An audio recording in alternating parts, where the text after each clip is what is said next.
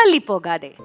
யூஸ்வலாக PCOD PCOS இருக்க girls இருக்காங்கல்ல, கொஞ்சம் ஒபிசிட்டியில் இருக்கவங்க இல்லை ஓவர் வெயிட்டாக இருக்கவங்களுக்கு வந்து அவங்க எடுக்கிற மெடிகேஷன்ஸ் காரணமாக இல்லை அவங்களுக்கு யூஸ்வலாகவே அந்த ஹார்மோன் ஃப்ளக்சுவேஷன்ஸ்னால அந்த மூட் ஸ்விங்ஸோ இல்லை வந்து ஒரு டயர்ட்னஸ் அந்த பாடி வந்து இப்போ நீங்கள்லாம் எழுந்து ப்ரஷ் பண்ணிவிட்டு குளிக்க போகிறது வந்து உங்களுக்கு இவ்வளோ கேஷுவலான ஒரு ஆக்டிவிட்டியோ, பிசிஓடி பிசிஓஎஸ் இருக்க பொண்ணுங்களுக்கு அதுவே பிரச்சனையான விஷயம். நீங்கள் சாதாரணமாக செய்கிற விஷயத்துக்கே நாங்கள் 10x எஃபர்ட் போட்டு தான் நாங்கள் அதை செய்ய வேண்டியிருக்கோம்.